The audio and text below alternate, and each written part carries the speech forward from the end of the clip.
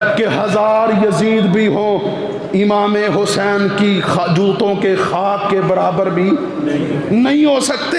ہم الحمدللہ امام حسین کی عظمت اور رفعت کے معترف ہیں۔ میرے محترم بھائیوں، کوئی بھی اہل سنت، کوئی بھی اہل حدیث اس کی زبان سے اہل بیت کے بارے میں، اصحاب رسول کے بارے میں، خانوادہ رسول کے بارے میں، نبی کے نواسوں کے بارے میں، ان کے بیٹوں کے بارے میں، خانوادہ رسول کے بارے میں کبھی بھی کوئی ایسا جملہ نہیں نکل سکتا جن سے نعوذ باللہ ان کی تنقیص یا تحقیر ہوتی ہو۔ الحمدللہ ہم سب کی عزت کرتے ہیں، سب کا احترام کرتے ہیں، لیکن ہم کہتے ہیں کہ جو ترتیب خلافت ہے یہی ترتیب فضیلت بھی ہے۔